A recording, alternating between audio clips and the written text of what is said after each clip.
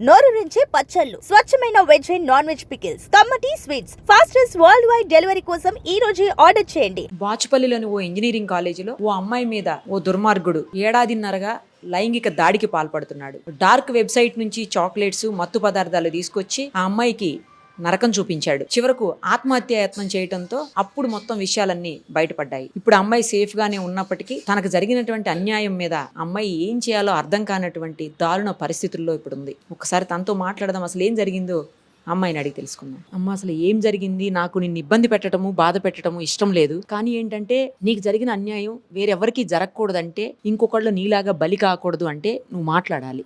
అందుకోసమే నీతో మాట్లాడుతున్నా నేను. అసలు ఏం జరిగింది? ఎవరు వాళ్ళు? నీకు ఎలా పరిచయం అయ్యారు? మీ కాలేజ్ స్టూడెంట్సా, బయట వాళ్ళ?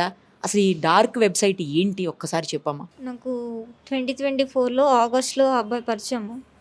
ఇన్స్టాగ్రామ్ నుంచి కమ్యూనికేట్ అయ్యాము. ఒకరోజు కలిసి 2 days తర్వాతనే నాకు ప్రపోజ్ చేశాడు. 1 weekకి నన్ను ఫోర్స్ చేసి ఒప్పుకోకపోతే రీజన్ చెప్పు అట్లా బలవంతం చేసి ఒప్పించాడు.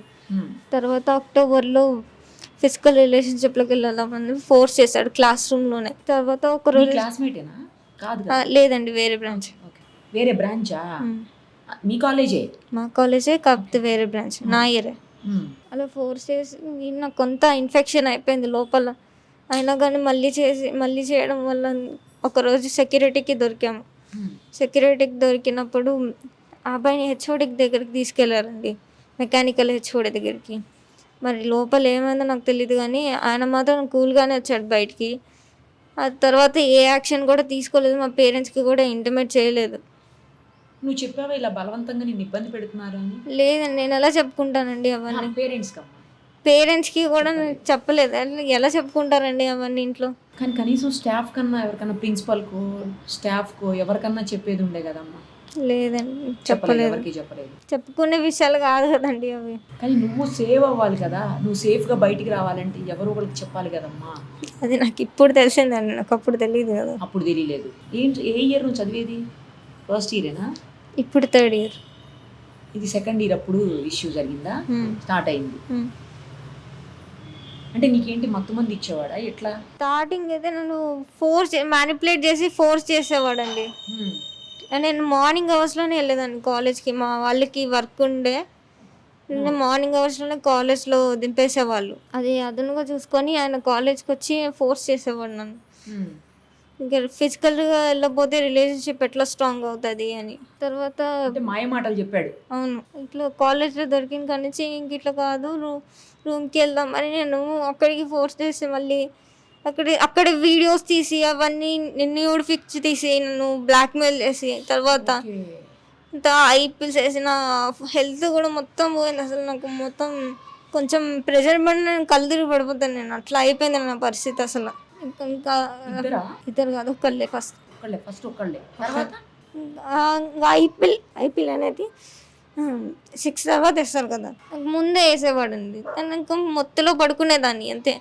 అప్పుడు ఏమైందో కూడా నాకు తెలియదు కనీసం. అట్లా 1.5 year నరకం అండి అసలు. అది పీరియడ్స్లో కూడా కనీసం వదలలేదు నన్ను. తర్వాత ఫిబ్రవరి మంత్లో ఈ ఇయర్ 2026లో ప్రవీణ్ అనే అతన్ని నాకు పరిచయం చేశాడండి. ఆయన ఫ్రెండ్, మా కాలేజ్లోనే డిప్లొమా పాస్డ్ అవుట్ 2021. వాళ్ళిద్దరు కలిసి మూవీ తీద్దామని నాకు పరిచయం చేశాడండి. మళ్ళీ ఆయన డ్రామా స్టార్ట్ చేశాడు, నేను లవ్ చేస్తున్నాను అని. అంటే నా గేట్ ఎగ్జామ్ టైంలో నా హాల్ టికెట్ ఆధార్ కార్డ్ తీసుకొని బ్యాడ్ టచెస్ అన్నీ చేసి నాకు ఇంకా మాట్లాడుతా అని బయటికి తీసుకెళ్ళి రూమ్కి తీసుకెళ్ళి మిస్బిహేవ్ చేస్తుంటే నేను అక్కడి నుంచి తప్పించుకొని కాలేజ్కి వచ్చానండి. ఇంకా అప్పుడు సూసైడ్ అటెంప్ట్ చేయడానికి లాస్ట్ కాల్ మమ్మీకి కాల్ చేద్దామని మమ్మీకి కాల్ చేస్తే మమ్మీ అప్పుడు వచ్చి ధైర్యం చెప్పి నాకు కేసు పెడదామమ్మా, ఏం కాదు అని చెప్తే ఇప్పుడు మీ ముందు కూర్చొని మాట్లాడుతున్నాను. లేకపోతే అసలు నేను బతికుండేదాన్ని కూడా కాదు అసలు. ఇంక ఇట్లా ఎంతమంది ఉన్నారు who are suffering from this. అంటే రియలైజ్ అవ్వాలండి, తొందరగా రియలైజ్ అయితే అంత బెటర్. ఎందుకంటే ఆ నరకంలో ఉంటాం, అంత ఈజీ విషయం కాదు. దానిలో నుంచి ఎంత తొందరగా బయటకు వస్తే అంతమంది మన సపోర్ట్ చేయడానికి లా ఉంది, కోర్టు ఉంది, పోలీసులు ఉన్నారు, అందరూ ఉన్నారు. Please come out of that. ఆ నరకంలో భరించాల్సిన అవసరం లేదండి. అసలు ఎవరికి రైట్ ఉందండి మన బాడీ మీద? మనం నాకు ఈ కుటుంబ వ్యవస్థ ఇవన్నీ అంత ఐడియా లేదు, నాకు తెలియదు అసలు. మా అమ్మ చెప్పాను కానీ ఇది కాదు అమ్మా, ఇది ఇట్లా ఉంటుంది అంటే అప్పుడు నేను రియలైజ్ అయ్యాను. అప్పుడు రియలైజ్ అయ్యే లోపు నాకు చాలా లేట్ అయిపోయింది. ఇప్పుడు రెండో వాడు అలా చేస్తున్నాడు, ఇతనే పరిచయం చేశారు కదా రెండో వాడిని, మొదటోడే. అవును, అతను అలా చేస్తున్నాడు, నువ్వు ఎప్పుడు అతను చెప్పలేదా ఫస్ట్ అతనికి? ఆయనకు తెలుసా అండి ఆల్రెడీ. ఏం పేరు అంటే ఆశిస్తానే ప్రవీణ్. నా ఫోన్ మొత్తం ఫస్ట్ అతను అతనికి తెలియదా ప్రదీప్ చేస్తున్న పని? నా ఫోన్ మొత్తం ఆయన కంట్రోల్లో ఉంటాను. నాకు ఏ మెసేజ్ వచ్చినా, నాకు ఏ కాల్ వచ్చినా ప్రతిదీ ఆయనకి తెలుస్తుంది. మరి ఎందుకు ఊరుకున్నాడు? తన ఫ్రెండ్ అట్లా చేస్తుంటే, అతను కూడా అసభ్యంగా నీ పట్ల ప్రవర్తిస్తుంటే ఎందుకు ఊరుకున్నాడు? అసలు ఆయనే నన్ను గేట్ ఎగ్జామ్ దగ్గర దింపమని పంపించాడండి ప్రవీణ్ ని. మీ మమ్మీ వాళ్ళు ఏమన్నా మాట్లాడారు అతనితో? ఎవరన్నా పెద్దోళ్ళు కానీ? అవును, మాట్లాడారు. ఏమంటాడు మరి ఇప్పుడు? మాట్లాడారు, అప్పుడే మాట్లాడారు, మమ్మీ మాట్లాడింది. నువ్వు కనీసం కాలేజీలో ఫ్రెండ్స్ కూడా ఎవరు చెప్పలేదమ్మా? ఏమని చెప్పుకుంటానండి, ఇట్లా జరుగుతుంది, నన్ను ఎరాస్ చేస్తున్నారని ఏమని చెప్పుకుంటానండి? మా మమ్మీ తట్టుకోలేకపోయింది అవన్నీ చెప్తే. మమ్మీ తట్టుకోవడానికి 2 days టైం పట్టింది. నాకు చెప్పకమ్మా నేను మెల్లగా వింటానని చాలా టైం తీసుకొని వినింది మా మమ్మీ కూడా. అంత ఘోరమైన విషయాలు ఉన్నాయి. ఏమన్నంటే ఆ ఫొటోస్ వీడియోస్ చూపించి బెదిరిస్తున్నాడు. మీకు ఎప్పుడు తెలిసిందండి ఇలా జరుగుతుంది మీ అమ్మాయికి అని చెప్పేసి? ఎప్పుడు తెలిసింది మీకు? ఫిబ్రవరి 17వ తారీఖు అని, మొన్న జరిగిపోయిన ఫిబ్రవరి 17వ తారీఖు అమ్మాయి సూసైడ్ అటెంప్ట్ చేసిందని ఫోన్ కాల్ వచ్చింది. అమ్మ వాళ్ళు కూడా ఫోన్ చేశారనమాట. నేను మా ఊరు నుంచి ఇక్కడికి వచ్చాను. ఊరి దగ్గర నుంచి వచ్చిన కాడ నుంచి పాపని ఎన్నో విధాలుగా దగ్గర చేసుకుని మాట్లాడడానికి. ఎందుకంటే వాళ్ళు అలాంటి విషయాలు చెప్పాలంటే ఎంతో క్లోజ్గా ఉంటే మాత్రమే చెప్తారు, ఊరికేం చెప్పరు పిల్లలు. లేకపోతే చెప్పేదైతే అసలు ఫస్ట్లోనే చెప్పేది. తను ఎంతో ప్రేమగా అమ్మ అన్నిటికీ మేము ఉన్నాము, ఇంట్లో ప్రతి ఒక్కరితో కూడా మాట్లాడిపించి, ఏం జరిగినా సరే ఇంత దూరం ఏదో జరిగితేనే వస్తుంది, ఏం జరగకుండా నువ్వు సూసైడ్ అటెంప్ట్ చేసుకోలేదు, ఏం జరిగిందో ప్రతిదీ మాకు చెప్పు, మేము ప్రొసీడ్ అవుతాము, ఎలా వెళ్ళాలంటే అలా వెళ్దాం అని చెప్పేసి తను ఎంతో బతిలాడుకొని కొన్ని విషయాలు చెప్పేసరికినే నాకు ఇబ్బంది అయిపోయి వినలేకపోయాను. చాలా ఇబ్బంది అయిపోయి వినలేకపోయాను. ఎందుకంటే నాకు కూడా కొంచెం తనలో ప్రాబ్లం ఉందండి. కొంచెం ఎక్కువగా ఎమోషనల్గా ఏడ్చిన, నిద్ర తక్కువైనా కానీ పిడుసులాగా వచ్చి పడిపోయే ఒక ఇది ఉంది నాకు. అమ్మకి ఏమైపోయిద్దో, అమ్మ నువ్వు వినగలుగుతానంటే విను, లేకపోతే చెప్పనమ్మా అని చెప్పి పాప చెప్పింది. కొన్ని విషయాలు వినేసి నేను కూడా కొంచెం తర్వాత మళ్ళీ టైం తీసుకొని అన్ని విషయాలు వినడానికి ప్రయత్నం చేశాను. చెప్పమ్మా నువ్వు చెప్తా అన్నప్పుడు నేను వినాలి, ఇప్పుడన్నా వినాలి అని చెప్పేసి నా కూతురు చెప్పినంత నేను విన్నాను. అయితే ఫస్ట్ మెయిన్ ఇంపార్టెంట్ ఏంటంటే ఇంట్లో కాలేజీ వాళ్ళండి 2004లోనే ఈ విషయం గురించి తెలుసు వాళ్ళకి. మేనేజ్మెంట్ దృష్టికి వెళ్ళిపోయింది. ఇదేం చిన్న విషయం కాదు. ఒక అమ్మాయి లైంగిక దాడికి అక్కడ జరిగింది క్లాస్ రూమ్లో. ఒక వీడియో క్లాస్ రూమ్స్లో ఉంటాయి, అంత పెద్ద కాలేజ్ అంటే కెమెరాలు ఎక్కడైనా ఉంటుంది. ఎందుకంటే అంత విఎన్ఆర్ అంటే పెద్ద కాలేజీ. ఎందుకు మేము జాయిన్ చేసామంటే పిల్ల భవిష్యత్తు చాలా బాగుంటుందని. సంవత్సరానికి 1.5 లక్ష మాకు స్తోమత లేకపోయినా కానీ కడుతున్నాం. అది సీట్ వస్తే అది 1.5 లక్ష. ఇంక మిగతా ఖర్చులు ఏం కాకుండానే ఇంత పెద్ద అమౌంట్ కట్టేటప్పుడు అన్నీ కూడా సేఫ్టీగా ఉంటాయని ముందు చెప్పారు వాళ్ళు. లోపలికి వచ్చిన తర్వాత ఒకసారి బయటికి వెళ్ళదు మీ పాప, జాగ్రత్తగా. హాస్టల్ కాదండి, లోపలికి అసలు మనం ఎంటర్ అయితే ఐడి కార్డుతో బయటకు వచ్చేది లేదు క్లాసులన్నీ అయిపోయిన దాకా. మరి ఫుడ్ తను ఉండటం అంతా ఎక్కడండి? మా అమ్మగారు ఉన్నారండి ఇక్కడే, తన దగ్గర ఉంటుంది అనమాట పాప. అంటే మేము అది ఒక్కదానికి కట్టడానికే మా స్తోమత, హాస్టల్లో కట్టేదానికి ఏం లేదు. దగ్గరే కదా పాప, అమ్మ వాళ్ళు కూడా ఉన్నారు ఇక్కడ దగ్గరలోనే, మంచి కాలేజీ వచ్చింది సీట్ అని చెప్పేసి ఇక్కడ జాయిన్ చేసాం మేము. వాళ్ళు అసలు కొంచెం కూడా ఫీజుల కోసం అన్నిటి కోసం అడుగుతారు కానీ ఎక్కడన్నా అడుగుతారు, ఏ స్కూల్ కానీ కాలేజీ కానీ ఎక్కడన్నా అడుగుతారు. ఇంత పెద్ద ఇష్యూ చెప్తే జరిగితే వాళ్ళ దృష్టికి వచ్చినప్పుడు చెప్పరా?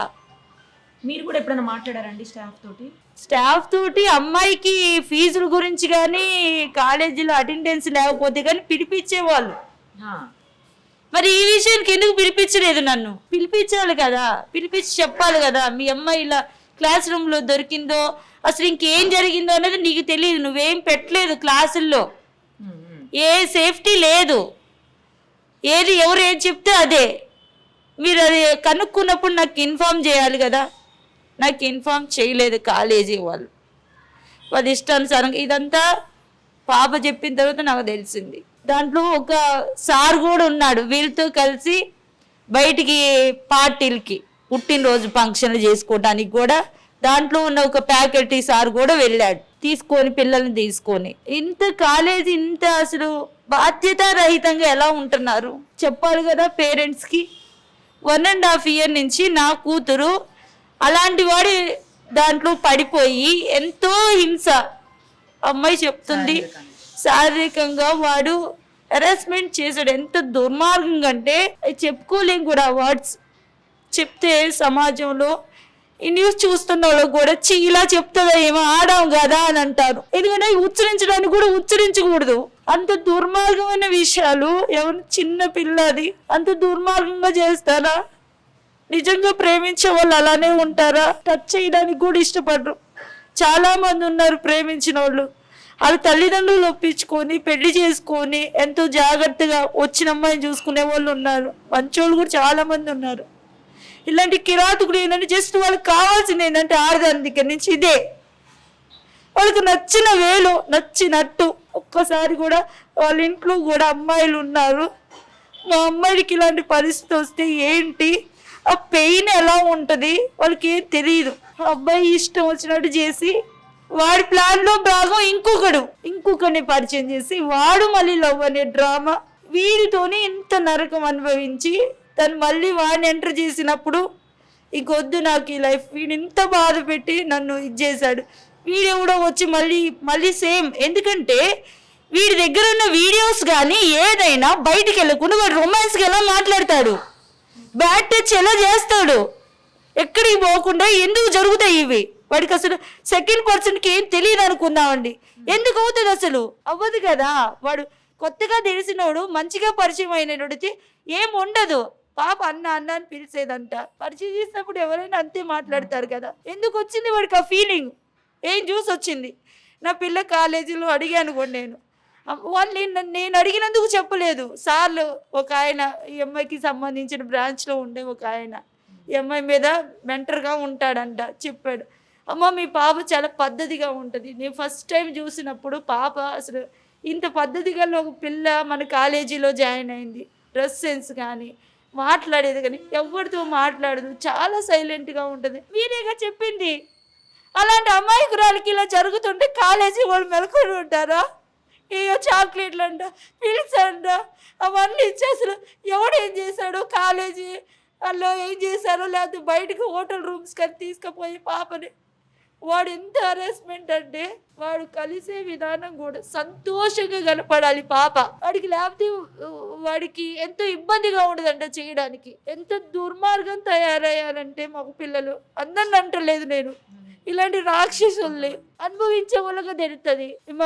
నేను కూడా అనుకునేదాన్ని మూవీస్ చూసినప్పుడు, ఒకప్పుడు నటించడం ఎంత కష్టం అన్నది. నటన జీవితంలో కుంగిపోయి చచ్చిపోదామని ఇంకొకటి చేతిలో మళ్ళీ వాడేం చేస్తాడు, వీడే ఇంత దుర్మార్గంగా వాడుకున్నాడు, వాడికెంత దుర్మార్గంగా తను హింసిస్తాడని భయపడి అమ్మాయి సూసైడ్ అటెంప్ట్ చేసింది. చచ్చిపోయి ఉండదు. ఈరోజు కాలేజీ వాడు తెచ్చిచ్చేవాళ్ళ, ఈ చేసిన వాడు తెచ్చిచ్చేవాడా?